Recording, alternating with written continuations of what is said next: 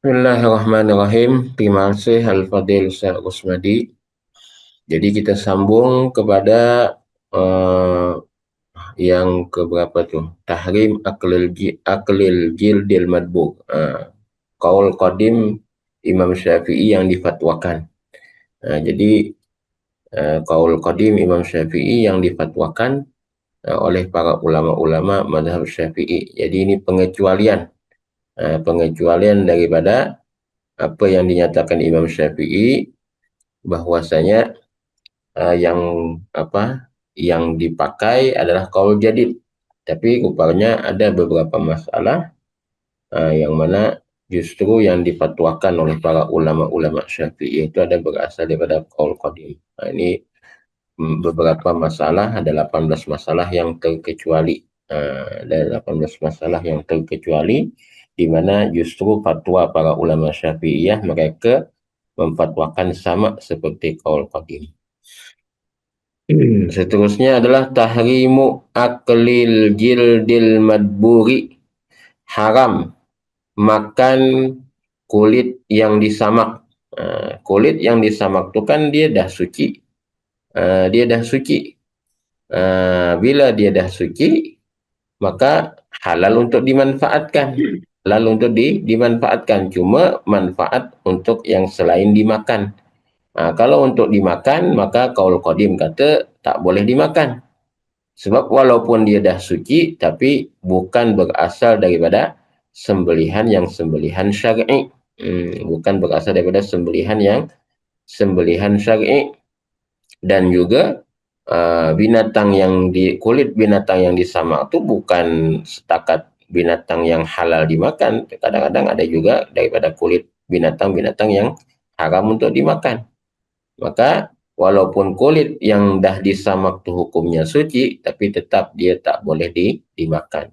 Itu adalah qaul qadim yang masih diguna pakai sehingga sampai sekarang.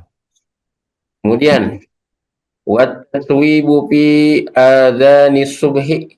Wat taswib fi adzani subhi. Taswib as-salatu khairum minan naum. As-salatu khairum minan naum itu adalah berasal daripada qaul qadim yang masih lagi diamalkan dan difatwakan sehingga sekarang. Jadi lafaz azan subuh itu ada lafaz taswib. Ada lafaz taswib as-salatu khairum minan naum. Dan itulah yang memang biasa diamalkan. Kemudian wamtidadu waqtil maghribi ila maghribis syafaq.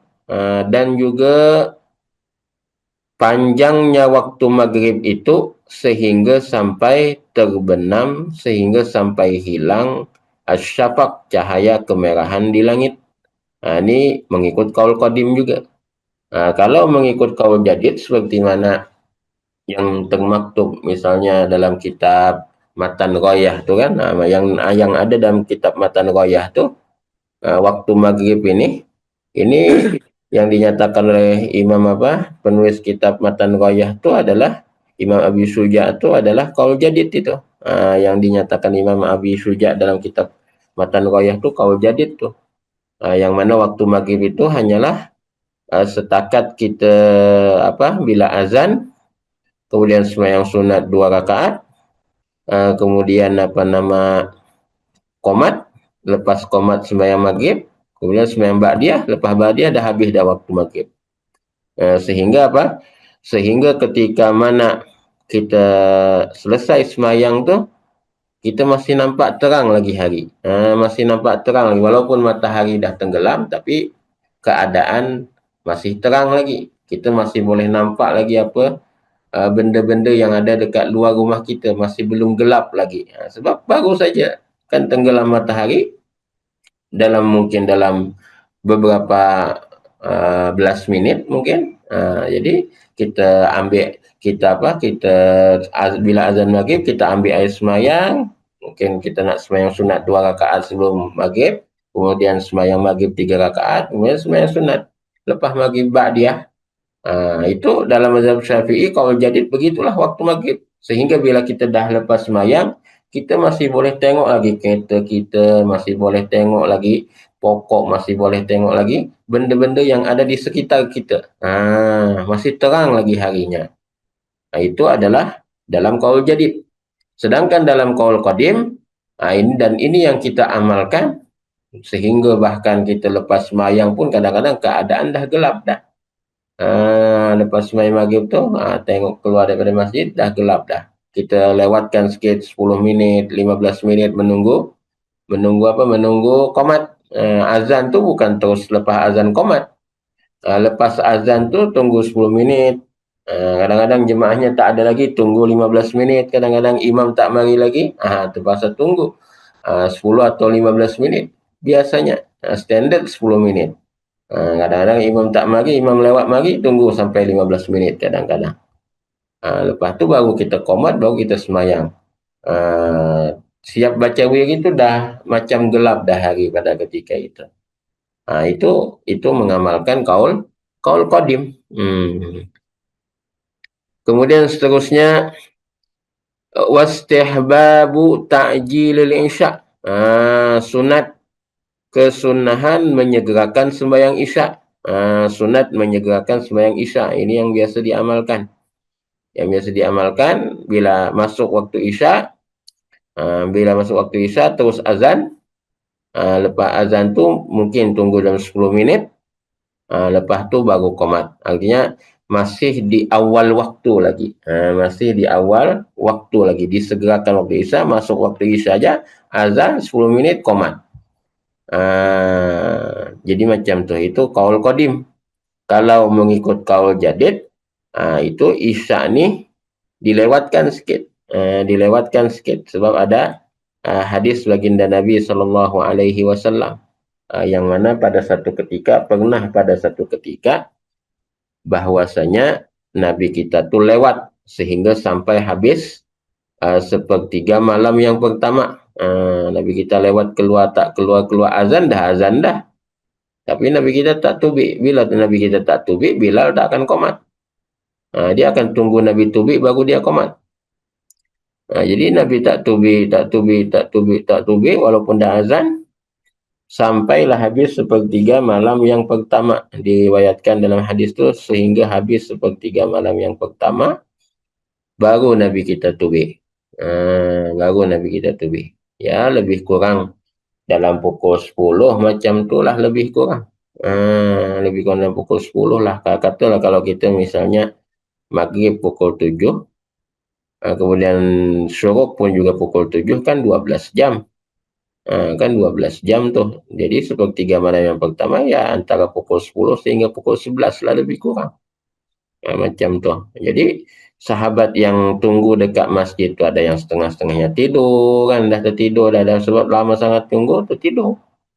Jadi lepas sepertiga malam yang pertama, habis sepertiga malam yang pertama baru Nabi kita tubik. Di mana Nabi kita kata laula an asyqa ala ummati, kalau seandainya tidak menyusahkan umatku, waktu isya, sembahyang isya tu waktu macam ni lah. Waktu macam ni lah. Tapi karena Nabi khawatir susah dekat umat, jadi Nabi pun biasa sembahyang isya awal. Maka dalam kaul qadim, dia tetap sunnah kita menyegerakan sembahyang isya. Tetap sunnah menyegerakan sembahyang isya awal. Sebab ada hadis, amalan yang paling afdal tu sembahyang di awal waktu. Sedangkan yang Nabi kita lewatkan tu ditakwilkan itu sekali sekala sahaja, bukan sokmo-sokmo. Sebab kebiasaannya akan menyusahkan umat, kata baginda Nabi SAW, kalau tidak takut menyusahkan umat. Jadi ambil yang lebih ringan, yang tidak menyusahkan umat, maka sunnah sembahyang isya di awal waktu. Sembahyang isya di awal waktu. Istihbab ta'jilil isya, sunnah menyegerakan sembahyang isya. Kemudian adamu nadbi qiraati surati fil akhirataini, tidak sunnah membaca surah pada 2 rakaat yang terakhir. Rakaat yang ketiga dan juga rakaat yang keempat, dan ini yang diamalkan. Tidak membaca surah pada 2 rakaat yang terakhir. Kalau ikutkan kaul jadid, 2 rakaat yang terakhir pun tetap sunat baca surah. Wal jahru bit ta'mini lil ma'mumi fil jahr wal jahru bit ta'mini lil ma'mumi fil jahriyah. Kuat dengan bacaan amin bagi para makmum dalam sembahyang jahriyah subuh, maghrib dengan isyak. Jadi makmum yang menjadi makmum mereka menguatkan bacaan amin. Menguatkan bacaan amin, tidak sir tapi kuat. Wa adamu i'tibaril hauli fil rikas, dan tiada mengambil kira haul dalam rikas. Rikas ini maka tak ada haul dalam mazhab qaul qadim, mazhab Syafi'i tak ada haul. Jadi bila jumpa je rikas ini, maksudnya rikasnya Pak Hatta Dafinul Jahiliyah tu, jumpa je terus bayar zakatnya. Tak boleh. Macam mana tak? Tertinggal tu, wanadabul khat tu indah. Tertinggal, astagfirullah. Ke bawah bacanya, astagfirullah. Okey. Wa nadbul khatti inda adami syakhisi. Wa nadbul khatti, dan sunat kita membuat garisan inda adami syakhisi, ketika tak ada objek yang tegak, ketika tak ada benda yang tegak. Jadi kan ini masalah sutratul musalli. Masalah sutratul musalli. Kita orang yang sembahyang ni, kita sunat meletakkan sutrah. Kalau seandainya kita tak sembahyang menghadap dinding, kita tak sembahyang menghadap tiang, maka kena ada sutrah. Kena ada sutrah yang menjadi pembatas kawasan sembahyang kita. Jadi kalau seandainya kita sembahyang menghadap dinding, itu tak ada masalah, sebab di hadapan kita dinding kan, tak ada masalah. Artinya yang di hadapan kita itu adalah kawasan sembahyang kita, sebab kita menghadap ke dinding. Ataupun kita sembahyang menghadap tiang, maka tiang, antara tiang dengan tempat kita berdiri itulah kawasan sembahyang kita, tak ada masalah. Jadi orang tahu, oh ni kawasan sembahyangnya dia. Jadi orang tak akan melintaslah di antara tiang dengan kita ataupun antara dinding dengan kita. Nah, kalau seandainya kita tidak menghadap ke tiang, tidak menghadap ke dinding, maka sunat kita meletakkan asyakhis. Sunat kita meletakkan barangan, sunat kita meletakkan barangan untuk dijadikan sebagai sutrahnya kita. Mungkin kita ada bawa beg, letak beg di hadapan. Mungkin kita ada bawa meja, letak meja di hadapan. Mungkin kita ada bawa rehal, letak rehal di hadapan. Mungkin macam tu. Kita ada bawa benda apa sahaja, yang nampak besar, letak je di hadapan. Mungkin Nabi kita pernah letak tombak kan, Nabi kita letak herbah baginda Nabi, letak di hadapan. Sebagai petanda inilah kawasan sembahyang kita. Tapi kalau seandainya kita tak ada bawa gapo, sejadah tak bawa, rida tak bawa misalnya kan, kita tak ada bawa apa-apa yang boleh jadi sutrahnya kita.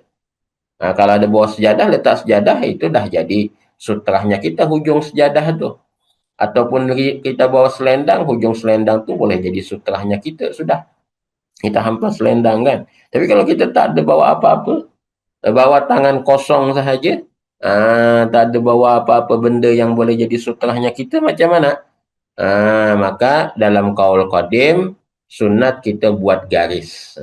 Sunat kita buat garis. Dan ini yang diamalkan. Kita tengok dekat masjid-masjid mesti ada garisan-garisan, penanda-penanda sop tu kan. Itu amalan liqaulin qadim. Mengamalkan qaul qadimnya Imam Syafi'i. Jadi dah siap-siap dah siap sedia dah dengan garis-garisnya itu ada. Mengamalkan mazhab Syafi'i, bukan kita garis sendiri. Bahkan sudah disiapkan dah garisnya. Kutub ada yang datang ke masjid kemudian dia tak bawa sutrah. Ataupun kita misalnya sembahyang di padang, sembahyang di mana tempat yang tak ada garisan, kita buat garis sendiri. Itu sunat dalam mazhab qaul qadim. Dalam qaul qadim hukumnya sunat buat garisan tu. Kemudian wajawa zubtida ilmun faridi fi asna'i salatihi, dan harus mengikut orang yang sembahyang bersendirian fi asna'i salatihi, di tengah-tengah sembahyangnya dia. Jadi dia ni dah semayang dah. Kita datang lewat. Tengok-tengok dia semayang seorang-seorang. Kita pun berdiri di tepi dia, di tepi belakang sikit untuk jadi makmumnya dia. Boleh tak macam tu? Sedangkan dia dah semayang. Dia tadi masa niat semayang, dia niat semayang untuk diri dia seorang je. Bukan niat jadi imam. Jadi tiba-tiba kita pula jadi makmum kat dia. Di tengah-tengah dia semayang. Boleh ke tidak? Boleh, tak ada masalah. Jadi dia kemudian berniat jadi imam di tengah-tengah semayangnya dia. Okey, tak ada masalah. Okey-okey je. Itu qaul qadim. Qaul jadid tak boleh. Qaul jadid kena letak di awal. Kena letak di awal. Tak boleh yang apa nama orang munfarid ini kemudian tiba-tiba masuk di tengah-tengah semayang jadi makmum. Kemudian, sekejap Ustaz. Kemudian seterusnya, mana tadi? Ni. Wa jawazu iqtida'il munfaridi fi asna'i salatihi. Wa karahatu taqlimi azafiril mayyit. Wa karahatu taqlimi azafiril mayyit. Ni ketika kita memandikan jenazah.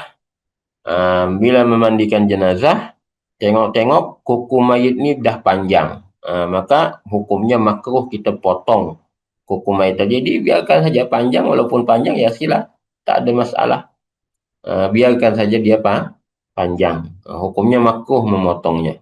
Kemudian wa adamu tibaril hauli fil rikas, tiada mengambil kira haul 1 tahun dalam masalah rikas. Kalau jumpa dafinul jahiliyah, terus dia keluarkan zakatnya. Tak ada nak kena tunggu setahun, nak kena simpan dulu, tak ada. Kemudian wasiyamul waliyyi anil mayyitil ladzi alaihi saumun, dan puasanya wali. Puasanya wali, jadi waris ni, waris akan puasa menggantikan si mati, yang mana mati itu masih ada, si mati itu masih ada tanggungan puasa. Jadi bukan saja fidyah, tapi boleh juga diganti dengan cara berpuasa. Ini berbeza dengan kaul jadid. Kaul jadid ibadah badaniyah, termasuklah puasa itu kan ibadah badaniyah. Itu tak boleh diganti dengan dengan pekerjaan ibadah badaniyah itu juga. Dia kena kena dibayarkan fidyahnya. Jadi kalau puasa bayar fidyah. 1 hari 1 mud. 1 hari 1 mud. Tapi dalam kaul qadim ada pilihan. Kalau dia nak puasa, waris tu nak puasa menggantikan si mati, ya silahkan. Silahkan dia puasa, tak ada masalah. Tapi kalau dia nak bayar fidyah je, okey, pun juga boleh bayar fidyah.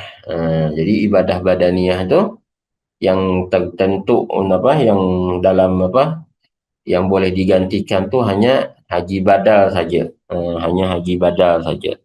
Tapi kalau masalah macam puasa tak ada, tak boleh ganti.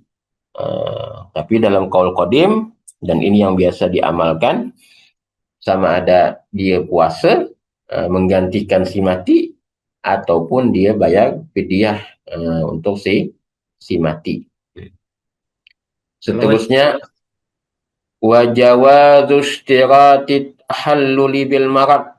Ni boleh mensyaratkan tahallul dengan asbab sakit. Jadi ketika mana dia berihram, masa dia berihram itu dia gantung niat ihramnya itu, dia syaratkan niat ihramnya, kalau seandainya aku jatuh sakit di tengah-tengah ibadah haji atau umrah ni, aku akan bertahallul. Jadi dia ikat niat ihramnya itu dengan tahallul daripada ihramnya itu dengan sakit. Boleh ke tak boleh? Qaul qadim kata boleh. Dan ini yang biasa diamalkan. Jadi dia ihram haji atau ihram umrah secara bersyarat. Bila aku sakit, aku akan bertahallul. Maka boleh, tak ada masalah. Wa ijbarus syariki 'alal imarah. Seterusnya juga adalah ini kalau seandainya punya tanah yang berkongsi. punya tanah yang berkongsi. Jadi antara dua orang nih, dalam antara dua orang nih. Jadi dua orang ini kalau dia punya, katalah dua orang lah. Sekurang-kurangnya kan berkongsi itu kan dua orang. Jadi tanah yang berkongsi nih, misalnya katalah dua adik-beradik ini berkongsi tanah. Tanah itu berkongsi dimiliki oleh mereka berdua. Kan untuk pembangunan tanah itu mesti kena ada persetujuan dan kerelaan kedua-dua pihak. Tak boleh satu pihak saja memajukan, kemudian pihak yang kedua tak nak memajukan. Tak boleh, mesti dua-dua mesti ada kerelaan daripada kedua-dua untuk memajukannya. Mesti ada kerelaan daripada kedua-duanya untuk memajukannya. Tak boleh satu orang saja yang nak memajukan, kemudian satu orang lagi tak nak memajukan, ya tanah itu tak akan boleh dimajukan, tak akan boleh dibangun. Tak akan boleh dibangun, sampai bila-bila pun tak akan boleh dibangun. Sebab untuk tanah yang berkongsi ini, untuk tanah yang berkongsi perlu persetujuan pihak-pihak yang menguasai dan memiliki tanah berkenaan. Tak boleh misalnya alasannya, aku kan duduk berhampiran dengan tanah ni, akulah yang berhak untuk memajukannya. Engkau duduk jauh tu, engkau tengok sajalah, nikmati sajalah hasilnya. Bahagian engkau, tak boleh. Tak ada yang macam tu. Mesti dua-dua kena redha, dua-dua kena rela untuk memajukan tanah berkenaan, untuk membangun tanah berkenaan.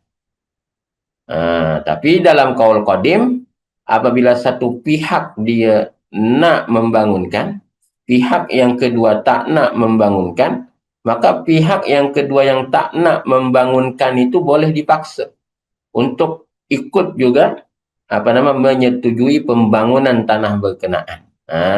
Boleh dipaksa dengan secara unilateral daripada pihak mahkamah untuk memaksa dia, ataupun daripada pihak kerajaan untuk memaksa dia supaya bersetuju. Supaya bersetuju pembangunan tanah itu. Itu dia. Itu qaul qadim, ijbarus syarik 'alal imarah. Memaksa rakan kongsi untuk memajukan, membangunkan tanah yang berkenaan. Itu. Tapi itu tadi tentunya atas perintah daripada mahkamah ataupun arahan perintah daripada kerajaan. Bukan dengan kesewenang-wenangan daripada rakan kongsinya lalu main bangun gitu je, tak. Jadi boleh dipaksa, dipaksa walaupun mulanya dia tidak bersetuju, tapi kerana ada campur tangan pihak kerajaan, campur tangan pihak mahkamah misalnya, akhirnya dia terpaksa jugalah untuk bersetuju untuk membangunkan tanah tadi. Okey. Kemudian faja'lus sadaqi fi yadi zawji madmunan, dan juga mahar yang belum diserahkan oleh suami kepada isteri. Ja'lus sadaq, dan menjadikan mahar fi yadi zawji yang masih ada di tangan suami. Artinya mahar itu belum diserahkan lagi oleh suami kepada isteri, masih lagi di tangan suami. Maka itu jadi madmunan, sebagai hutang atau tanggungan si suami. Artinya sampai bila-bila, selagi mana mahar itu tak diserahkan oleh suami kepada istrinya, selagi itulah dia berada dalam tanggungan hutang. Selagi itulah dia menanggung hutang mahar berkenaan. Jadi walaupun dah jadi suami misalnya, dia tetap masih dikira berhutang dengan istrinya. Apabila dia meninggal dalam hal keadaan dia belum membayar mahar, maka mahar tadi itu akan dikeluarkan awal-awal daripada harta suaminya untuk pembayaran hutang mahar. Jadi tidak termasuk dalam harta pusaka atau warisan si suami yang mati menanggung mahar. Suatu madmunan dikira sebagai hutang. Dikira sebagai hutang. Kemudian wa wujubul haddi biwatil mamlukati al-muharram. Al-muharram pula. Al-mahram. Wa wujubul haddi, dan wajib seseorang itu akan dikenakan hukuman hudud, dikenakan hukuman had, dikenakan hukuman hudud dengan sebatan biwad'il mamlukatil mahram, dengan asbab dia wad'il mamlukatil mahram, dengan asbab dia menyetubuhi hamba perempuannya yang diharamkan atasnya. Jadi akan dikenakan hukuman had zina, hadduz zina.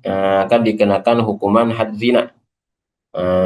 Akan dikenakan hukuman had zina. Itu dia. Jadi dia akan dikenakan, bukan mahram, yang muharram maksudnya.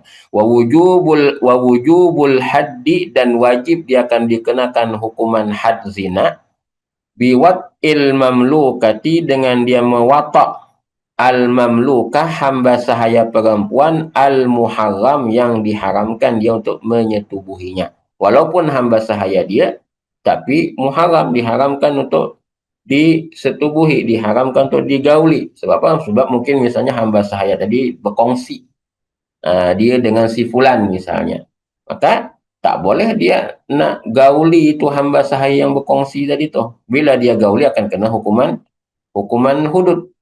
Bila dia gauli akan kena hukuman hudud, walaupun hamba sahaya dia sendiri. Walaupun hamba sahaya dia sendiri. Ataupun misalnya kenapa diharamkan untuk digauli? Sebab karena hamba sahaya itu adalah mahram dia. Misalnya mahram dia, misalnya mungkin hamba sahaya itu adalah ibu susuan dia misalnya. Atau hamba sahaya itu bapa mentua dia misalnya. Walaupun milik dia milik dia sendiri, tapi tak boleh bapa mentua pula, ibu mentua dia misalnya. Walaupun itu adalah walaupun itu adalah miliknya dia, tapi tak boleh digauli sebab ada hubungan mahram dekat dia. Ada hubungan mahram dengan dia. Seperti itu. Zakarahu al-Majmu', ini disebutkan dalam kitab al-Majmu'. Jadi, wa yajibu ittifaqan, dan wajib secara ittifaq ulama. Ulama mengatakan, ulama ittifaq, ulama sepakat hukumnya, kata hukumnya wajib. Apa dia? Naqdu qada'il qadi wa ibta'ul mubti. Wa yajibu ittifaqan, dan secara ittifaq ulama mengatakan wajib naqdu qada'il qadi, dibatalkan keputusan qadi, wa ibta'ul mufti, dan juga fatwa daripada mufti, bi ghairi rajihi min mazhabihi, apabila qadi dan mufti ini memutus dengan pendapat yang tidak rajih daripada mazhabnya. Jadi apabila keputusan tadi itu adalah berupa keputusan dengan pendapat yang tidak rajih daripada mazhabnya, maka wajib kena batalkan itu fatwa, batalkan itu keputusan. Ini dengan syarat kalau ketika mana tiada keterangan bahwa ianya bertaklid kepada mazhab yang lain atau pendapat yang lain. Kalau ada keterangan dia bertaklid atau keterangan dia bertaklid itu lain cerita. Ini kalau seandainya tak ada keterangan apa-apa, tiba-tiba keluar keputusan hakim, tiba-tiba keluar fatwa daripada mufti, tapi tidak menggunakan pendapat yang rajih, maka akan dibatalkan tadi. Akan dibatalkan. Kecuali dalam keputusan tadi dinyatakan bahwasanya dengan pertimbangan begini, bertaklid kepada pendapat yang lain, begitu. Ilmai ya'malu bi fatwahu, karena orang yang beramal pada fatwanya, au amilahu, atau beramal dengan atau mengamalkannya itu, bi kulli qaulin, dengan semua pendapat, au wajhin, atau qaul itu pendapat Imam Asy-Syafi'i, wajah pendapat ashabul wujuh, ashab Asy-Syafi'i. Orang yang beramal dengan semua pendapat ataupun semua wajah fil masalah, dalam satu masalah hukum, jadi ambil belaka, dia tak kira lah rajih ke tak rajih ke, muktamad ke tak muktamad ke, janji sesuai dengan selera dia, ikut dengan hawa nafsu dia, dia amal belaka. Yang mana dia nak, dia amal. Yang mana dia tak usah, dia tak amal. Wa ya'malu bima syaa, dan dia beramal dengan apa yang dia nak. min ghairi nadarin ila tarjih, dia tanpa dia memandang, tanpa dia meneliti kepada tarjih. Jadi mana jumpa kaul, asal ada kaul dia amal, asal ada kaul dia amal, asal ada dalam kitab dia amal. Tapi dia tak tarjih.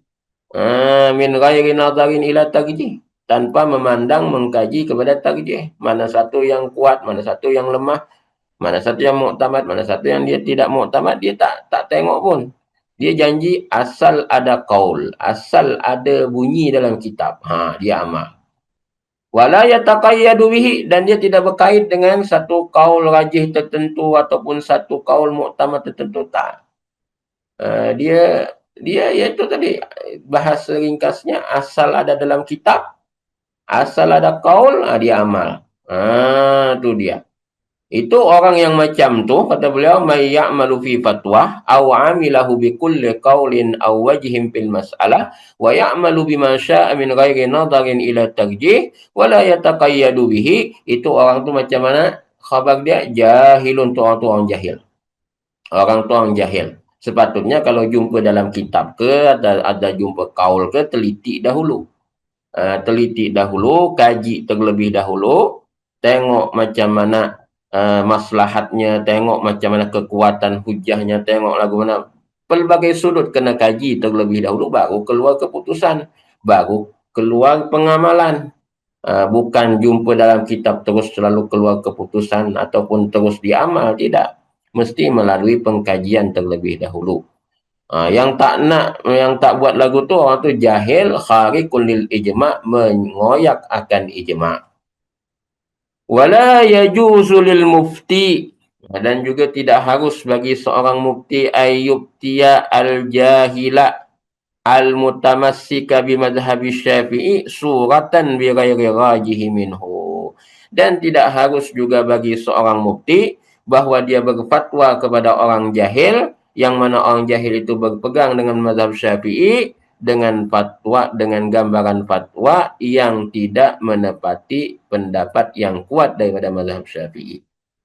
Jadi kalau ada orang jahil tanya tentang fatwa, jawab fatwa dengan pendapat yang kuat dalam mazhab Syafi'i.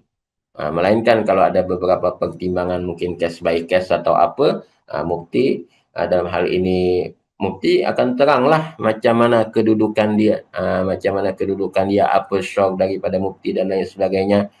Itu boleh terang kemudian dekat orang yang bertanya. Tapi secara am, kalau orang jahil yang bertanya, maka fatwa yang dikeluarkan, orang jahil itu bermazhab Syafi'i, misalnya fatwa yang dikeluarkan menepati dengan pendapat yang rajih, yang kuat dalam mazhab Syafi'i.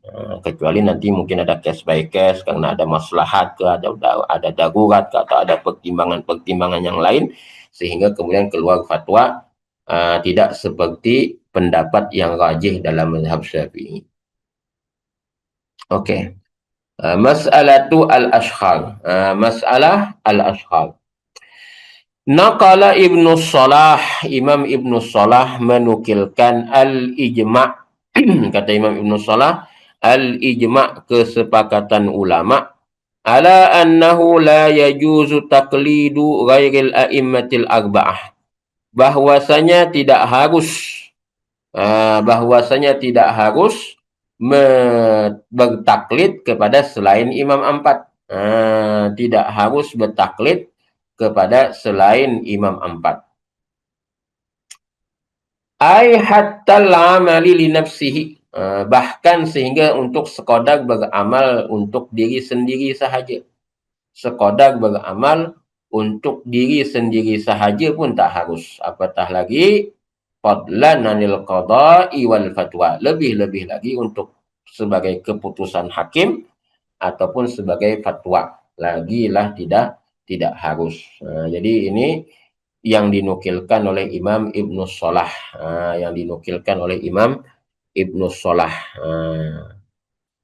Kenapa? Apa asbabnya beliau menyatakan ijma' sedemikian, ijma' ulama sedemikian tu, apa asbabnya tak boleh bertaklid kepada selain imam empat? Ini asbabnya. Li'adami siqati binisbatiha li'agbabiha bi'asanida tamna'ut tahrifa wat tabdil. Itu kerana ketiadaan siqah, ketiadaan yakin dengan penisbahan pendapat itu li arbabiha kepada pemilik-pemilik itu pendapat dengan sanad-sanad yang menegah daripada berlakunya penyelewengan dan pemalsuan. Jadi takut. Jadi karena mazhab-mazhab yang lain itu tidak tertadwin, tidak tersusun dengan murid-muridnya, dengan kitab-kitabnya tidak berapa tersusun, akhirnya apa? Akhirnya karena tidak ada tersusun seperti mana mazhab empat, tidak teratur seperti mana mazhab empat, maka akhirnya diragui penisbahannya kepada imam-imam mazhab berkenaan. Diragui. Kamadhabi Zaidiyah, seperti misalnya madhab Zaidiyah al-mansubina ilal imami Zaid ibn Ali ibn Husain as-Sibti ridwanullah alaihim, yang mana madhab Zaidiyah ini dinisbahkan kepada Imam Zaid bin Ali bin Husain, Zaid bin Ali Zainal Abidin ibni Husain ibni Ali ibni Abi Talib. Jadi mazhab Zaidiyah yang dinisbahkan kepada Imam Zaid bin Ali, wa in kana huwa imaman min a'immatid din, sekalipun Imam Zaid ini adalah seorang imam daripada imam-imam agama di antara ulama-ulama mujtahid yang hidup bahkan masya-Allah tabarakallah di masa zaman tabi'in, yang hidup di masa zaman tabi'in, tabi'ut tabi'in, masya-Allah tabarakallah, sama sezaman dengan Imam apa? Imam Ja'far Shadiq, sezaman dengan guru-gurunya daripada Abu Hanifah, berjumpa dengan sahabat baginda Nabi sallallahu alaihi wasallam, apa semua ni. Wa in kana huwa imaman min a'immatid din wa alaman salihan lil mustaghshidin, dan dia adalah alaman tanda yang baik untuk orang-orang yang mencari petunjuk. Gaira anna ashabahu, hanya saja ashabahu, murid-muridnya Imam Zaid ini, nasabuhu ila tasahul, mereka menisbahkan dekat Imam Zaid ini at-tasahul, bermudah-mudah. Bermudah-mudah fi kasirin, dalam banyak perkara hukum. Jadi banyak-banyak perkara hukum ni yang mana nampaknya mereka, para murid-murid Imam Zaid ni, menisbahkan yang Imam Zaid ni termasuk yang orang yang bermudah-mudah dalam menetapkan perkara hukum. Banyak mereka nisbahkan sedemikian. Li adami i'tinaihim bitahriri madhabihi, karena mereka tiada perhatian, tidak ada perhatian untuk penyusunan mazhabnya Imam Zaid. Jadi senang-senang dia, bermudah-mudah dia tulis ni apa, qala Zaid, senang-senang dia, tak ada nak meriwayatkan dengan sanad ke ataupun memastikan betul-betul mana pendapat yang muktamad daripada Imam Zaid, mana qaul qadimnya, mana qaul jadidnya, tak ada.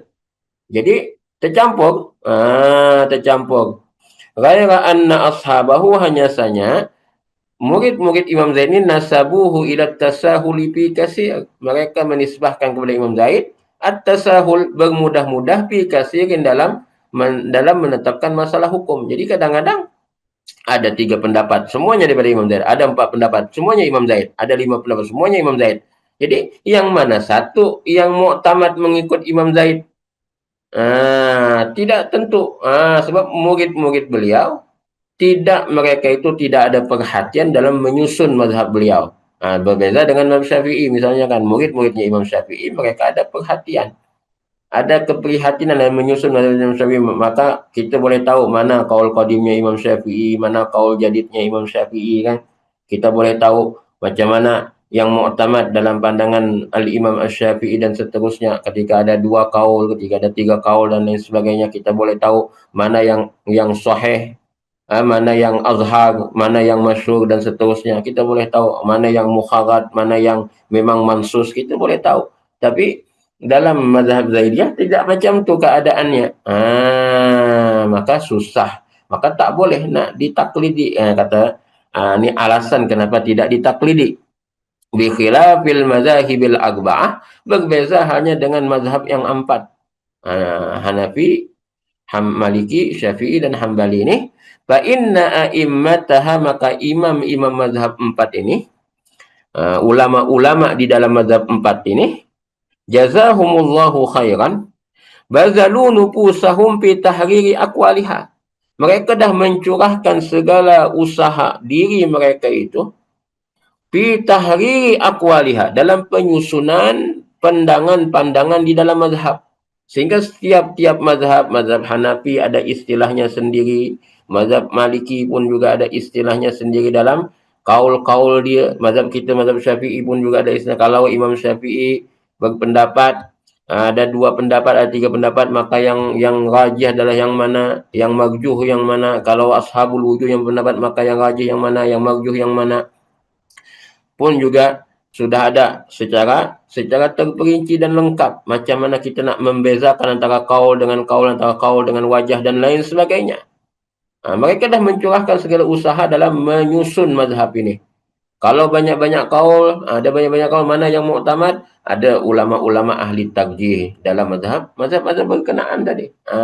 Maka akhirnya apa? Akhirnya kita boleh mentaklidi mazhab-mazhab berkenaan tadi sebab kita dah tahu mana pendapat rasmi mazhab, mana pandangan peribadi ulama dalam mazhab. Itu dia. Maka mereka itu bazalu nufusahum fi tahriri aqwaliha wa bayani ma sabata an qailiha wa ma lam yasbut, dan mereka menerangkan apa yang dah sabit daripada ulama yang berkata dan apa yang tidak sabit. Mereka dah terangkan ini pandangan ni adalah memang betul pandangan Imam Syafi'i. Oh, ini nisbah ni tak betul, dhaif sanadnya kepada Imam Syafi'i dan seterusnya. Mereka terangkan. Fa'amina ahluha at-tahrifa, maka selamatlah penganut-penganut, pengikut-pengikut mazhab itu daripada at-tahrif, penyelewengan. Wa alimus sahiha minad dhaif, dan mereka mengetahui mana pendapat yang sahih, mana pendapat yang dhaif. Titik. Wala yajuzu lil muqallidi li ahadim minal a'immatil arba'ati ayya'mala aw yubtiya bil mas'alati dhatil qawlaini awil wajhaini bima sya'a minhuma. Dan tidak harus bagi seorang mukallid, bagi salah satu mazhab yang 4, imam yang 4. Jadi katakanlah misalnya kita mazhab Imam Syafi'i, kita mukallid kepada Imam Syafi'i misalnya. Apa tidak harus? Ayya'mala, bahwa dia beramal. Au yubtiya, atau dia berfatwa. Fil mas'alati, dalam satu masalah hukum. Zatil qaulaini, yang mana masalah hukum itu ada 2 pendapat. 2 pendapat Imam Syafi'i. Awil wajahaini, atau 2 wajah daripada ashabul wujuh, murid-murid Imam Syafi'i dan ulama-ulama yang selepasnya ashabul wujuh itu. Bima sya'a minhuma, dengan apa yang dia kehendaki daripada keduanya. Artinya ada 2 kaul, dia ambil kaul yang salah satunya saja. Dia amalkan kaul salah satunya, dia tinggalkan kaul yang salah satunya. Atau ada 2 wajah, dia ambil wajah yang satu, dia tinggalkan wajah yang lain. Tuh. Tak boleh dia main fatwa sesuka-suka hatinya. Sesuka hatinya. Tak boleh. Tapi macam mana dia nak bertaklid? Bal bil mutaakhiri minal qaulaini in alima.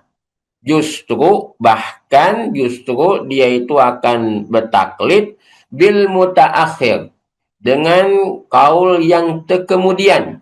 Minal qaulaini, daripada 2 kaul itu, in alima, jika dia tahu mana yang terkemudian. Contohnya tadi, ada kaul qadim Imam Syafi'i, ada kaul jadid Imam Syafi'i. Maka mana yang kita amalkan, kaul qadim ke kaul jadid ke? Maka yang kita amalkan kaul jadid. Sebab itu adalah yang terkemudian. Kaul qadim kita tidak amalkan, kecuali dalam beberapa belas perkara tadi yang mana sudah ditetapkan para ulama ahli tarjih bahawa kita amal yang beberapa belas itu karena ternyata azharu dalilan, dalilnya lebih kuat berbanding kaul jadid. Begitu. Itu kalau seandainya dia tahu mana yang awal, mana yang akhir. Li'annahu fi hukmin nasikhi minhuma, karena yang terakhir itu adalah pada hukum yang menasah, pada hukum yang memansuhkan di antara 2 kaul tadi. Jadi yang kemudian itu memansuhkan kaul yang pertama.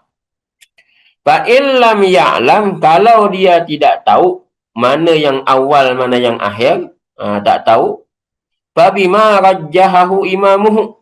Maka dia mengikut dengan apa yang ditarjihkan oleh imamnya dia. Jadi kalau seandainya misalnya dua-duanya qaul jadid, dua-duanya qaul jadid, maka dia akan cari mana yang ditarjihkan oleh Imam Syafi'i. Dia akan cari mana yang ditarjihkan oleh Al-Imam Asy-Syafi'i.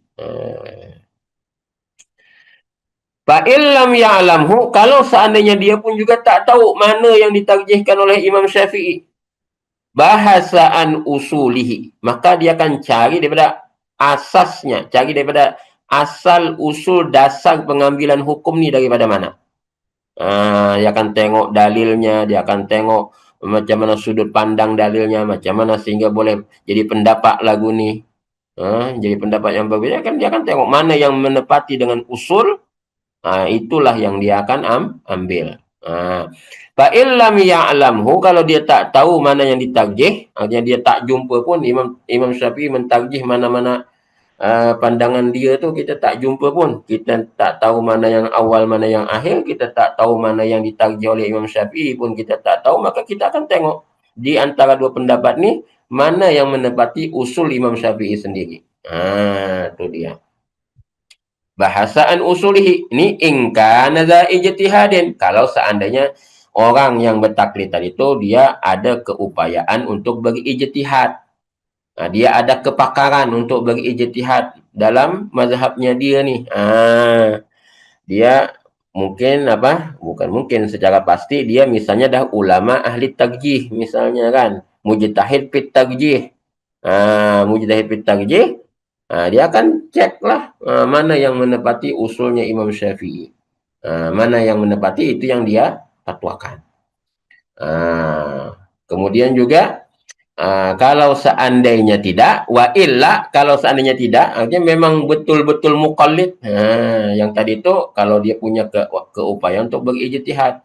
Seperti umpamanya dia ulama ahli tarjih macam Imam Rafi'i, macam Imam Nawawi, walaupun dia bertaklid dengan Imam Syafi'i, tapi dia mampu ada keupayaan untuk dia meneliti pandangan-pandangan Imam Syafi'i ini, mana yang rajih, mana yang marjuh. Sementara kalau tidak juga, macam kita ni tak ada keupayaan macam Imam Nawawi dan Imam Rafi'i, maka macam mana?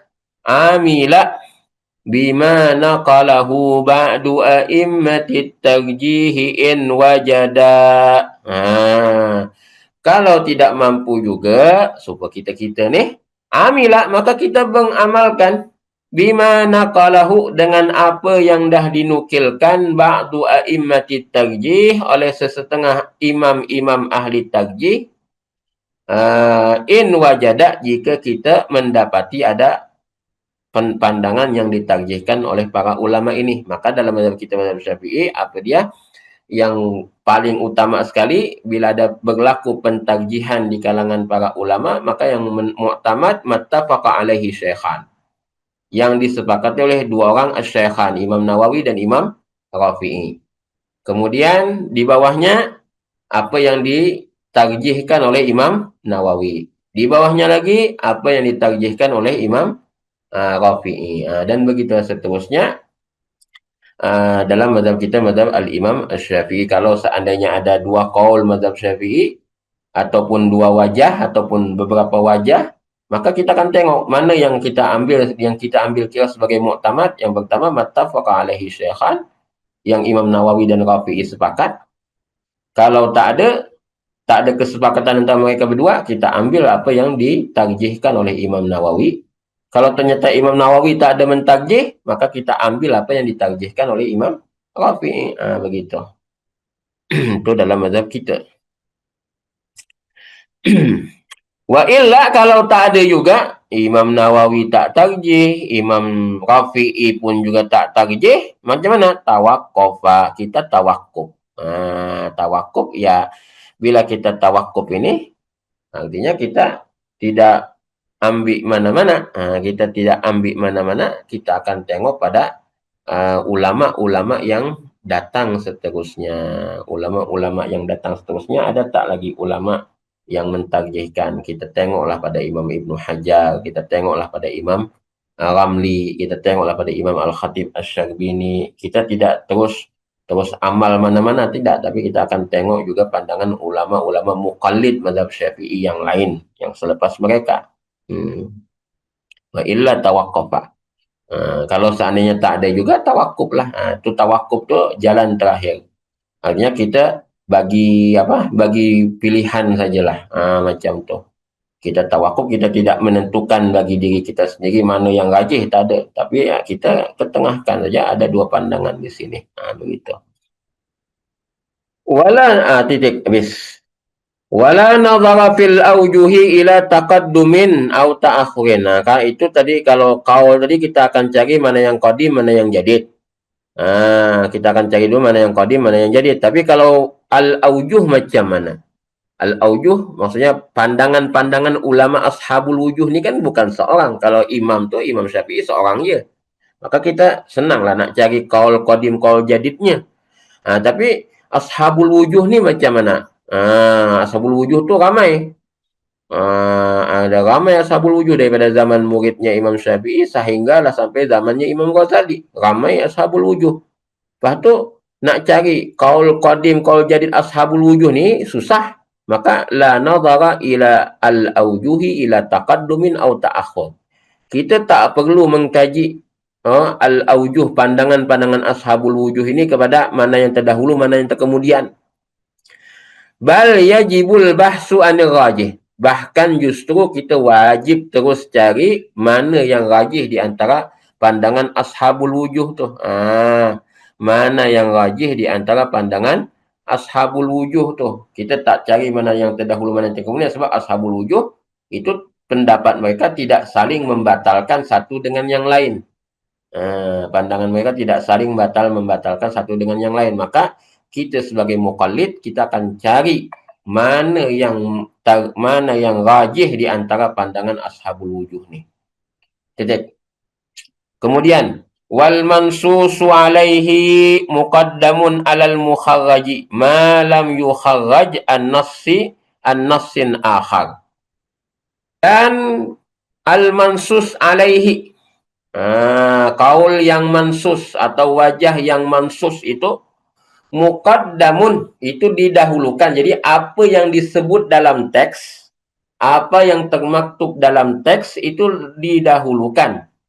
Alal mukharraj, di atas qaul mukharraj. Qaul mukharraj ni tidak disebut dalam teks. Tak ada dalam teks, misalnya dalam kitab misalnya tak ada, atau dalam kitab Mukhtasar Muzani tak ada. Tak ada dalam teks.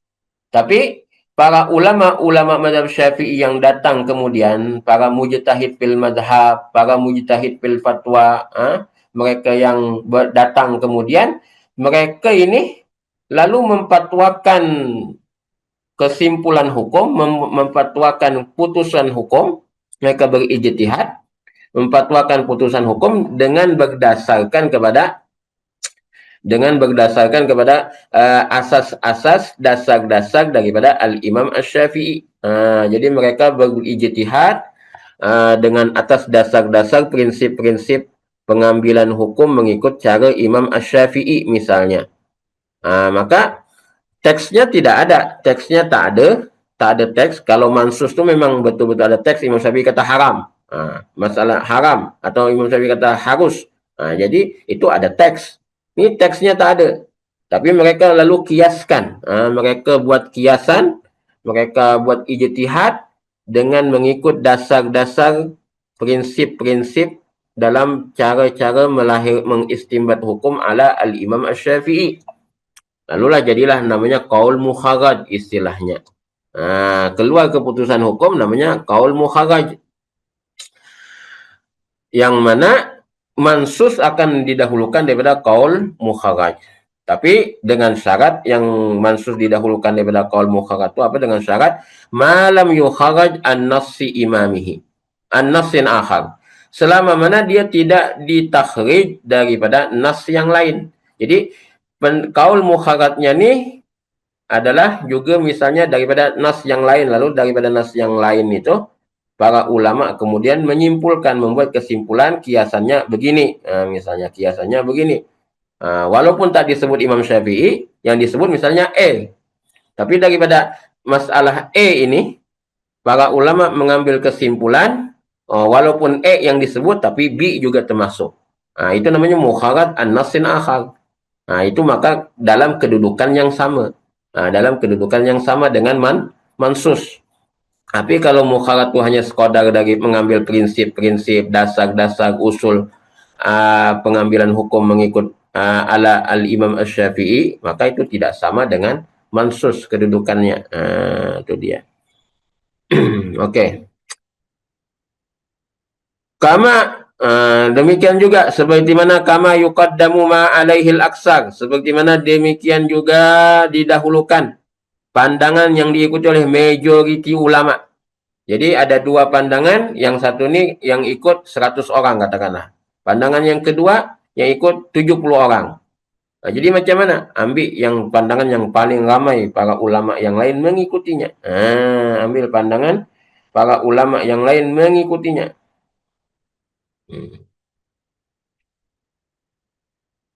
Kemudian summa al-a'lam. Kemudian sama-sama ramai, sama-sama misalnya katakanlah 100 orang ni hak pendapat A 100 orang, pendapat B pun juga 100 orang. Maka macam mana kita nak tarjih? Summal a'lam. Kita ambil daripada 100 orang ni mana yang lebih alim, pihak A ke pihak B? Mana yang ada orang yang paling alim di mana? Di pihak A ke di pihak B? Ulama yang paling alim. Kita cari. Rupanya pihak B yang paling alim. Maka kita ikut pandangan yang diikuti oleh pihak B. Rupanya sama-sama alim juga. Yang satu ni mujtahid mazhab, yang satu pun juga mujtahid mazhab. Macam mana kita nak ikut? Summal awra, kita pilih mana yang lebih warak di antara mereka. Itu dia. Ini apa? Cara-cara pentarjihan pendapat. Cara-cara pentarjihan pendapat. Fa'illam yajid. Kalau tak ada juga, tak boleh nak tentu juga. Ni, kalau tak boleh nak tentu juga macam mana? Fa'ala mana tadi? Tubira, maka akan diambil kira pula awsafal nakilil qaulain. Kalau tak boleh juga mentarjih, tadi kan ada dua kaul. Kaul mansus didahulukan daripada kaul mukharat. Kemudian kaul yang diikuti oleh paling ramai ulama, paling ramai murid, katalah murid yang ikut Imam Syafi'i dalam kaul A 10, murid yang ikut dalam kaul B 5, maka kita ambil yang kaul 10. Kemudian kalau sama-sama 10 misalnya, al-a'lam, mana yang lebih alim di antara dua puak ni? Kalau sama-sama alim, mana yang lebih warak di antara dua puak ni? Kalau tak boleh daripada itu, daripada murid-murid tu, tak boleh kita nak tentu sebab semuanya sama-sama warak belaka. Fa'illam yajid, kalau tak boleh nak tentu juga, tak tahu juga, tak mendapati yang mana yang boleh ditarjih, maka i'tabara awsaba nakilil qaulaini. Dia akan mengambil kira pula sifat-sifat keadaan yang menukilkan dua kaul ini. Siapa yang menukilkan kaul A? Siapa yang menukilkan kaul B? Tengok sanadnya lagu mana. Mana sanad yang kuat, itu yang dia ambil. Itu dia. Titik. Ini contoh-contoh cara-cara pentarjihan kaul di dalam mazhab.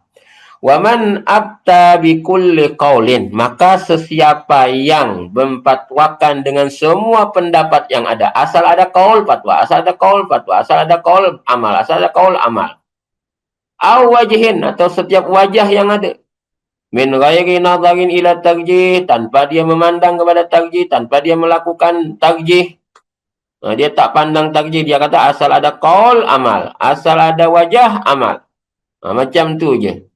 Min ghairi nadharin ila tarjih, tanpa dia mengkaji kepada tarjih, dia tidak melakukan pentarjihan seperti mana yang disebutkan di atas, maka orang itu bahwa jahilun, orang itu jahil, kharikun lil ijma', dia itu dah menyalahi atau mengoyak akan ijma' ulama.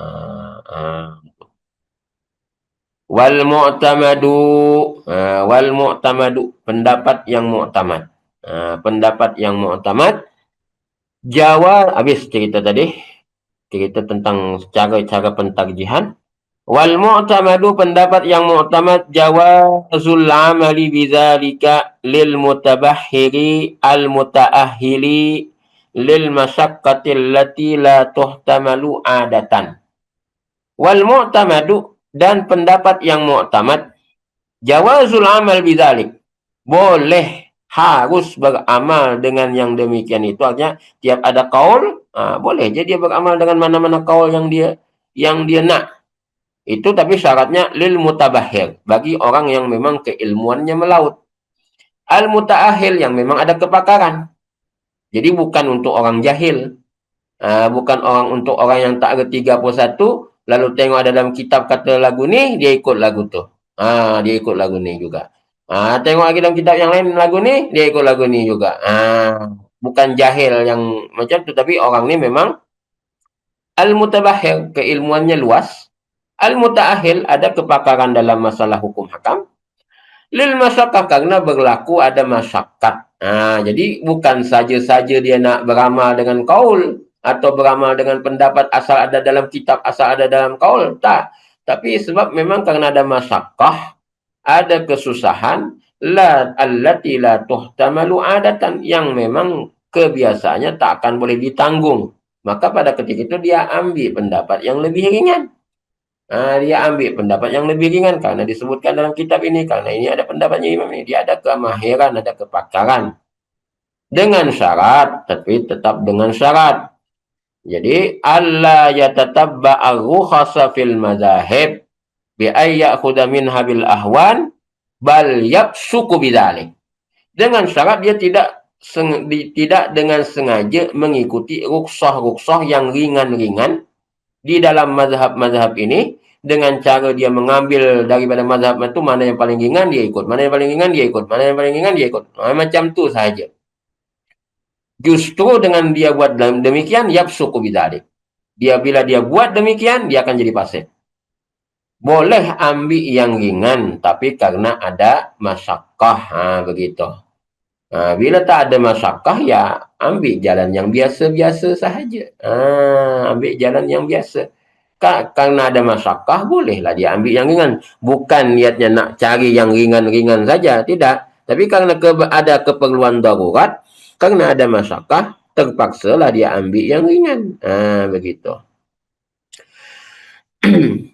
Wa alla, dan syarat yang kedua, wa alla yajtami'a ala butlanihi imamahul awwalu wassani, dan bahwa tidak terhimpun atas batalnya pendapat yang dia ambil, pendapat yang dia ambil itu oleh dua imamnya, imam yang asal, imamahul awal, imamnya yang asal, wasani, imamnya yang kedua yang dia bertaklid.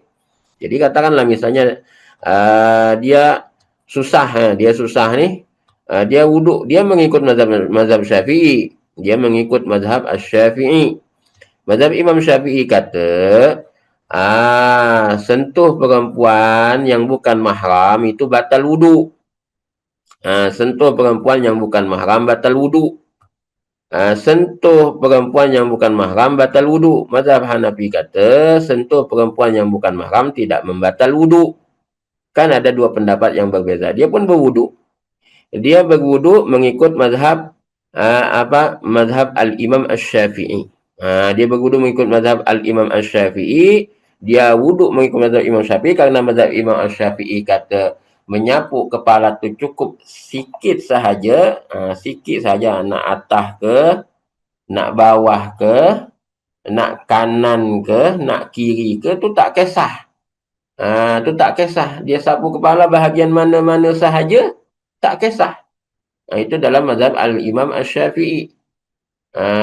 Sapu rambut di kepala ni ikutlah bahagian mana.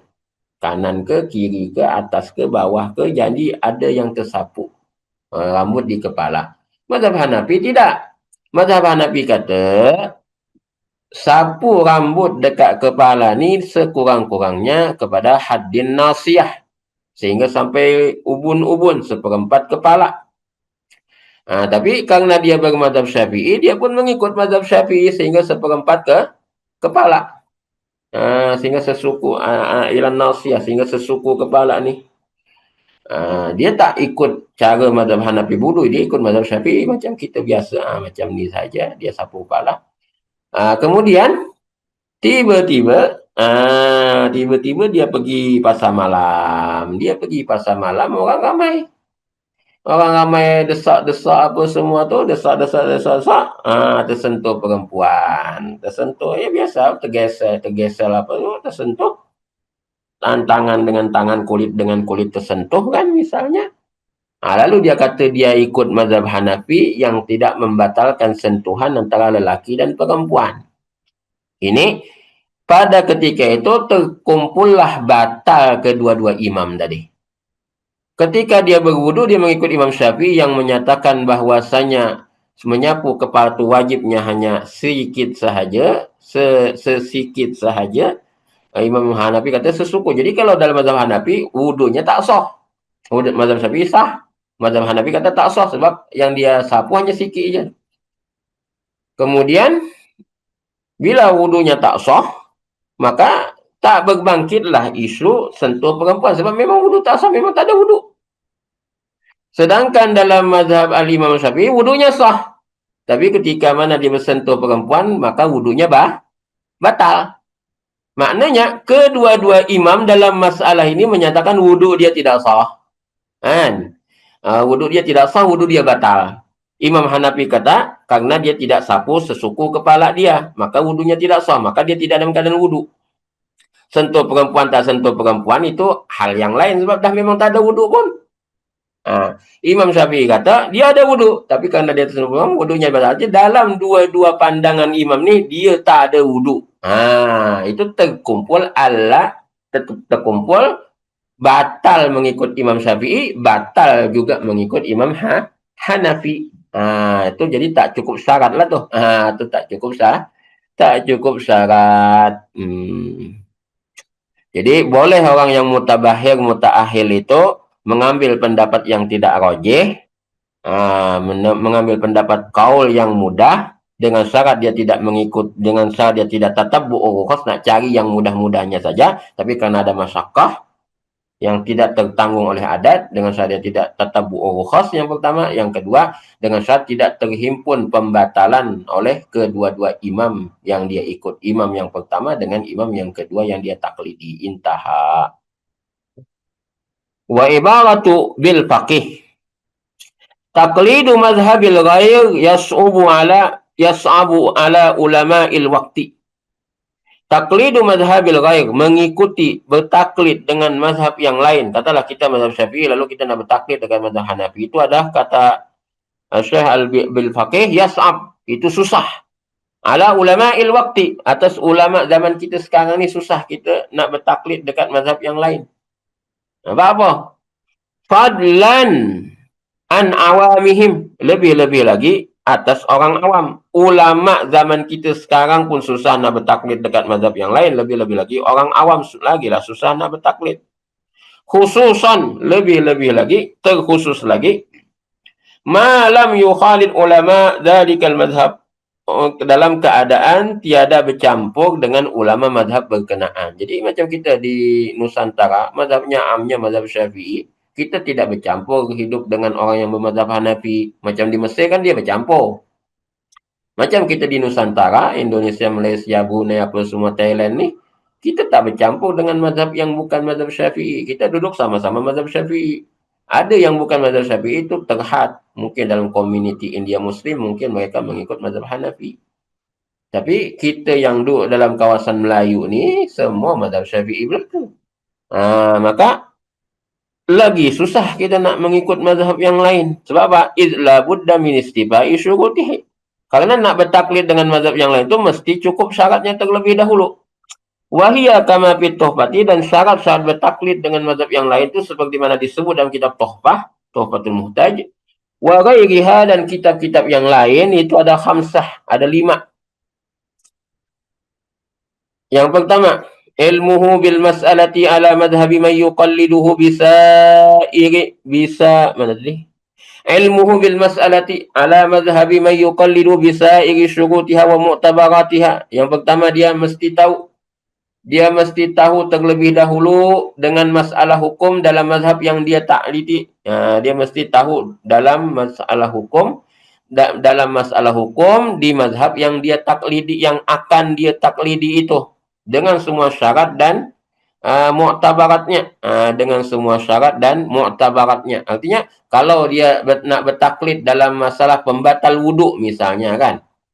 Nah, dia nak bertaklid dalam masalah pembatal wuduk, maka dia kena tahu apa dia pembatal wuduk dalam mazhab Hanafi, macam mana syarat wuduk itu sah dalam mazhab Hanafi, macam mana rukun wuduk itu sah dalam mazhab Hanafi, dia kena tahu. Kemudian dia juga kena tahu mu'tabaratnya. Misalnya, dalam mazhab Hanafi, rukun wuduk menyapu muka, membasuh muka. Macam mana batasan muka dalam mazhab Hanafi itu lagu mana? Atas ke bawah, kiri ke kanan lagu mana? Dia kena tahu. Kemudian dalam mazhab Hanafi, rukun wuduk misalnya menyapu kepala, menyapu rambut dekat kepala. Macam mana batasan rambut dalam mazhab Hanafi, dia kena tahu. Jadi seperti itu. Jadi yang pertama katanya, kata Al-Imam Ibnu Hajar Al-Haytami, ilmuhu bil masalah, dia kena tahu dengan masalah yang dia nak taklidi dalam mazhab yang dia nak taklidi itu, dia kena tahu semua syaratnya dan semua mu'tabaratnya. Sehingga misalnya dia nak mengikut mazhab Hanafi dalam masalah wuduk, dia kena tahu apa rukun-rukun wuduknya, macam mana batasan-batasan wuduk dalam mazhab Hanafi, dan dia kena tahu juga pembatal-pembatal wuduknya. Kemudian yang kedua, wa alla yakunal muqalladu fihi mimma yunqadu qada'ul qadi bihi wa huwa ma khalafa an-nassa awil ijma'a awil qawaida awil qiyasal jali. Yang kedua, bahawa benda yang dia taklidi itu, alla yakunal muqalladu fihi, benda yang dia taklidi itu tidaklah daripada apa-apa masalah, apa-apa benda yang akan dibatalkan keputusan hakim dengan itu benda. Jadi masalah yang dia nak taklidi itu adalah masalah yang memang masalah pendapat yang muktamad dalam mazhab berkenaan. Kalau seandainya yang dia nak taklidi itu adalah hukumnya itu adalah jenis yang qaul dhaif dalam mazhab berkenaan, yaitu pendapat yang makhalafan nassa, pendapat yang bersalahan dengan nas, bersalahan dengan dalil, bersalahan dengan ijma, bersalahan dengan kaedah-kaedah fiqh, bersalahan dengan qiyas jali, itu walaupun ada pendapat dalam mazhab berkenaan, tetap tak boleh nak diikut. Tetap tak boleh nak diikut. Artinya apa? Yang boleh diikuti itu adalah pendapat yang muktamad dalam mazhab berkenaan. Bukan pendapat salah satu daripada mazhab berkenaan, salah satu ulama mazhab berkenaan, bukan pendapat yang dhaif daripada imam mazhab berkenaan. Jadi bukan daripada jenis pendapat yang akan dibatalkan qada keputusan hakim dengannya. Bukan jenis itu. Artinya tidak menyalahi nas, tidak menyalahi ijma, tidak menyalahi kaedah, tidak menyalahi qiyas jali. Kemudian syarat yang seterusnya, wa alla yatatabba'a rukhas. Dia tidak mengikuti, dia tidak mencari-cari rukhsah. Dia tidak mencari-cari pendapat yang ringan. Bi ayyakhudha min kulli madhhabin ma huwal ahwanu alaih. Yaitu dengan dia bahawa mengambil daripada setiap mazhab pendapat yang paling ringan. Jadi dalam masalah ni dia ambil pendapat yang ringan. Dalam masalah wuduk misalnya, dia ambil pendapat mazhab Al-Imam An-Hanafi. Sebab mazhab Imam Hanafi dia tak ketat dalam masalah wuduk misalnya. Tapi dalam masalah makanan, dia ambil pendapat mazhab Malik. Kenapa? Karena mazhab Malik semua makanan tu halal, melainkan yang disebut dalam Al-Quran dan hadis je yang haram. Itu dia tatabu'u rukhas namanya. Tak boleh macam tu. Kemudian yang seterusnya, wa alla yulaffiqa baina qaulaini tatawalladu minhuma haqiqatun la yaqulu biha kullum minal qailaini.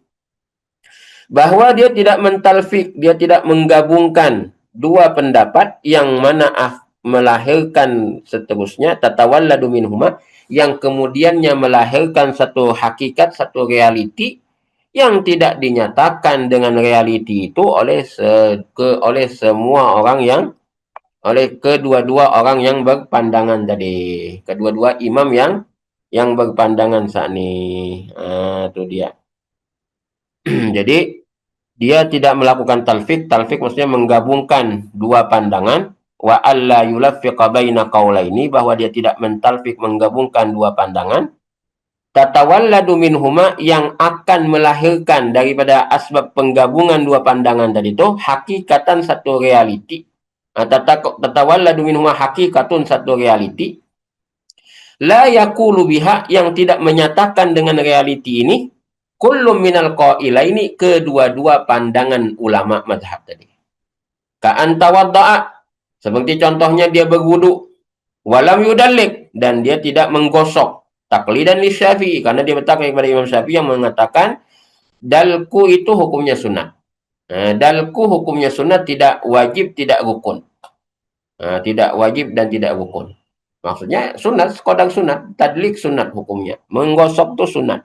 Karena maka dia pun wudu tidak menggosok, karena bertaklid dengan Imam Syafi'i yang mengatakan tadlik tidak wajib. Wa massa bila syahwatin, kemudian dia menyentuh perempuan yang bukan mahram bila syahwat, tanpa syahwat, taklidan li Malikin, hal keadaan dia bertaklid kepada Imam Malik. Imam Malik kata menyentuh perempuan tanpa syahwat hukumnya tidak membatalkan wudu. Summa salat, kemudian dia sembahyang. Fa salatu hina idzin batilatun bittifaqihima, maka solat dia itu batal pada ketika itu dengan kesepakatan kedua-dua ulama, Syafi'i dan Malik. Kenapa? Karena Imam Syafi'i kata, orang yang berwudu, walaupun dia tidak tadlik, tidak menggosok, wudunya sudah sah. Tapi bila dia sentuh perempuan, wudunya jadi batal. Artinya kedudukan dia sekarang tidak dalam keadaan berwudu. Bila dia sembahyang tanpa wudu, sembahyangnya batal. Mazhab Imam Malik kata pula, dia berwudu tapi dia tidak tadlik, maka wudunya tidak sah. Sebab tadlik hukumnya wajib dalam mazhab Malik. Dia sentuh perempuan ke tak sentuh perempuan ke, itu tak ada kena mengena dengan wudunya, sebab memang wudunya tidak sah. Sembahyang atas wudu yang tidak sah hukumnya batal. Artinya kedua-dua pendapat ini menyatakan sembahyangnya batal. Itu dia. Jadi kalau dia talfiq antara mazhab Syafi'i yang kata tak wajib menggosok dan pendapat mazhab Malik yang kata tidak batal bersentuh perempuan, dia talfiq gabungkan kedua-duanya, akhirnya akan melahirkan satu hakikat. Dia kata wudunya sah, dia boleh sembahyang. Itu kan satu hakikat realiti yang tidak dinyatakan oleh kedua-dua imam tadi. So, justru kedua-dua imam tadi katakan sembahyangnya tidak sah, sembahyangnya batal. Itu dia. Itu contoh talfiq. Oke. Wa alla ya'mala biqauli imamin fi mas'alatin summa ya'malu biqliddihi wa hadha mukhtalafun fihi 'indana wal masyhur jawazu taqlidil mafduli ma'a wujudil fadil wa fi qaulin yustaratu i'tiqadul arjahiyah awil musawat intaha. Syarat yang seterusnya, wa alla ya'mal, dan bahwa dia tidak beramal, biqauli imamin fi masalah, dengan qaul seorang imam dalam masalah tertentu. Summa, kemudian ya'malu, dia beramal pula dengan qaul imam yang lain yang melawan dengan apa yang sudah pernah dia amal. Jadi ini dia dalam satu keadaan. Dalam satu keadaan dia beramal, misalnya katalah tentang hukum syub'atul jiwar misalnya. Dalam mazhab kita, mazhab al-Imam Asy-Syafi'i, tak ada cerita syub'atul jiwar ni. Dia syub'ah ni adalah untuk orang yang berkongsi dalam satu tempat sahaja. Katalah tanah, kita berkongsi. Misalnya Ambo dengan Ustaz Wan Nazri ada berkongsi punya tanah.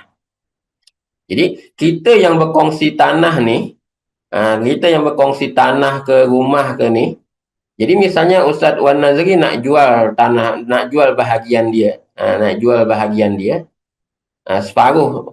Kan tanah tu, katalah tanah tu 5 ekar. 2,5 ekar punya Ustaz Wan Nazri, 2,5 ekar punya Ambo. Tapi tak dibahagi lagi. Tak ada sempadan ke apa, tak ada. Memang tanah tu dikongsikan, 5 ekar tu dikongsi 2 orang.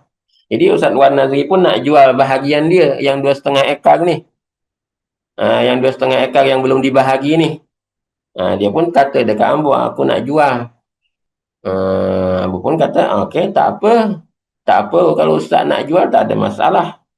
Cuma kerana kita berkongsi, baik ambo je lah yang beli hak Ustaz tu. Ambo je lah yang beli hak Ustaz tu. Jadi Ustaz Wan Nazri dia tidak tawarkan dekat orang lain terlebih dahulu. Karena kita berkongsi, maka dia tak boleh. Kerana ada hak syubhah di sana, dia tak boleh tawarkan dekat Ustaz Rosmadi misalnya, nak tak beli tanah aku yang aku berkongsi dengan Ustaz Habib, tak boleh. Dia kena apa? Dia kena tawarkan dekat ambo terlebih dahulu. Bila ambo berminat, ambo akan ganti berapa dia nak jual, ambo akan ganti duit dekat dia. Dekat Ustaz Wan Nazri akan ganti. Maka jadilah tanah itu hak milik ambo sepenuhnya. Itu namanya syubhah. Itu namanya syubhah. Tapi kalau seandainya tanah tu kita dah buatkan sempadan dia. Tanah 5 ekar kita dah bahagi, 2,5 ekar sebelah utara ambo, 2,5 ekar sebelah selatan tu Ustaz Wan Nazri dah ada sempadan, dah ada pembatas. Akhirnya apa? Dah terbagi dua dah. Dah terbagi dua, ada pembatas, ada sempadannya. Maknanya kita sekarang bukan berkongsi lagi, kita dah jadi jiran sudah. Sudah ada pembatas, ada sempadan, kita dah berjiran. Sebelah utara ambo, sebelah selatan Ustaz Wan Nazri. Ada sempadan di tengah, ada pagar di tengah. Artinya kita sekarang berjiran, tanah kita berjiran. Maka dalam mazhab kita, mazhab Al-Imam Asy-Syafi'i, sub'atul jiwar ni tak ada. Apabila tak ada sub'atul jiwar, artinya terpulanglah dekat Ustaz Wan Nazri nak jual dekat sesiapa, dia tak perlu pun rujuk dekat ambo. Ustaz Wan Nazri tak perlu rujuk dekat ambo, terpulanglah nak jual dekat Ustaz Osmadi ke Ustaz Syubai ni, kata kisah. Dia nak jual dekat sesiapa, tak perlu rujuk dekat ambo. Ambo pun tak ada hak juga untuk menghalang dia jual dekat sesiapa pada ketika itu. Sebab dalam mazhab kita, mazhab Syafi'i, tak ada yang namanya sub'atul jiwar. Jadi seperti itu. Mazhab Hanafi pula kata ada sub'atul jiwar. Artinya walaupun dah dibuat sempadan, dah ada pagar apa semua, dah dibahagi dua, kita berjiran, tetap dia kena rujuk dengan ambo terlebih dahulu sebelum nak jual dekat sesiapa yang lain. Jadi masalahnya, masa mula-mula katalah misalnya bulan 7 2025, ambo punya pandangan tak ada sub'atul jiwar, sebab mazhab Imam Syafi'i kata tak ada sub'atul jiwar. Okey. Tahu-tahu bulan 8 Ustaz Wan Nazri nak jual tanah dia. Nak jual tanah dia, bahagian dia. Ambo kata, tak boleh jual tanah tu. Apa? Ada sub'atul jiwar. Sedangkan ambo ni bermazhab mazhab Syafi'i yang sebelumnya berpandangan tak ada sub'atul jiwar. Tu. Itu namanya apa? Itu tak boleh beramal yang sedemikian. Ni syarat yang kelima ni tak boleh. Bahawa dia beramal, bahawa dia tidak beramal dengan pendapat seorang imam dalam satu masalah, kemudian dia amalkan pendapat yang selainnya. Jadi dalam satu dalam mazhab Imam Syafi'i tak ada sub'atul jiwar. Dalam mazhab Imam Hanafi ada sub'atul jiwar. Masa ambo tak ada kepentingan dengan sub'atul jiwar, ambo kata ambo bermazhab Syafi'i yang mengatakan tak ada sub'atul jiwar. Tahu-tahu time ada kepentingan sub'atul jiwar, berkata ambo nak beramal mazhab Hanafi yang mengatakan ada sub'atul jiwar. Tu. Yang macam tu tak boleh dalam tak memenuhi syarat yang kelima ni. Tapi syarat yang kelima ni, hadza mukhtalafun fihi indana. Ini diperselisihkan di kalangan kita mazhab Syafi'i. Apakah syarat yang kelima ni diambil kira atau tak diambil kira? Diperselisihkan. Wal masyhur, pendapat yang masyhur, jawazu taqlidil mafdhuli ala ma'a wujudil fadil. Walaupun kita berkeyakinan mazhab kita, mazhab Syafi'i yang menyatakan sub'atul jiwar tu tak ada, itu lebih kuat berbanding mazhab Hanafi yang punya pandangan sub'atul jiwar tu ada. Walaupun demikian, kita boleh je beramal dengan mazhab Al-Imam Abu Hanifah yang mengatakan sub'atul jiwar tu ada. Walaupun keyakinan kita tetap mazhab Syafi'i yang lebih kuat. Tapi boleh je kita beramal. Artinya syarat yang kelima ini tak diambil kira maksudnya. Tak diambil kira. Wa fi qaulin, ada pendapat yang lain. Pendapat yang lain, ini pendapat ni lemah, dhaif. Yustaratu i'tiqadul arjahiyah.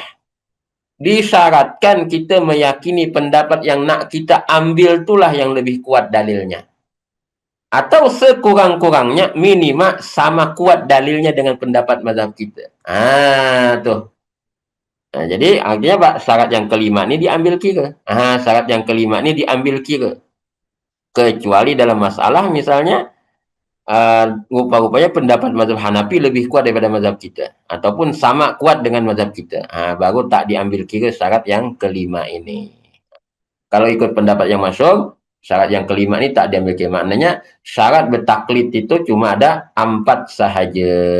Bertaklid dengan mazhab yang lain ada 4 sahaja.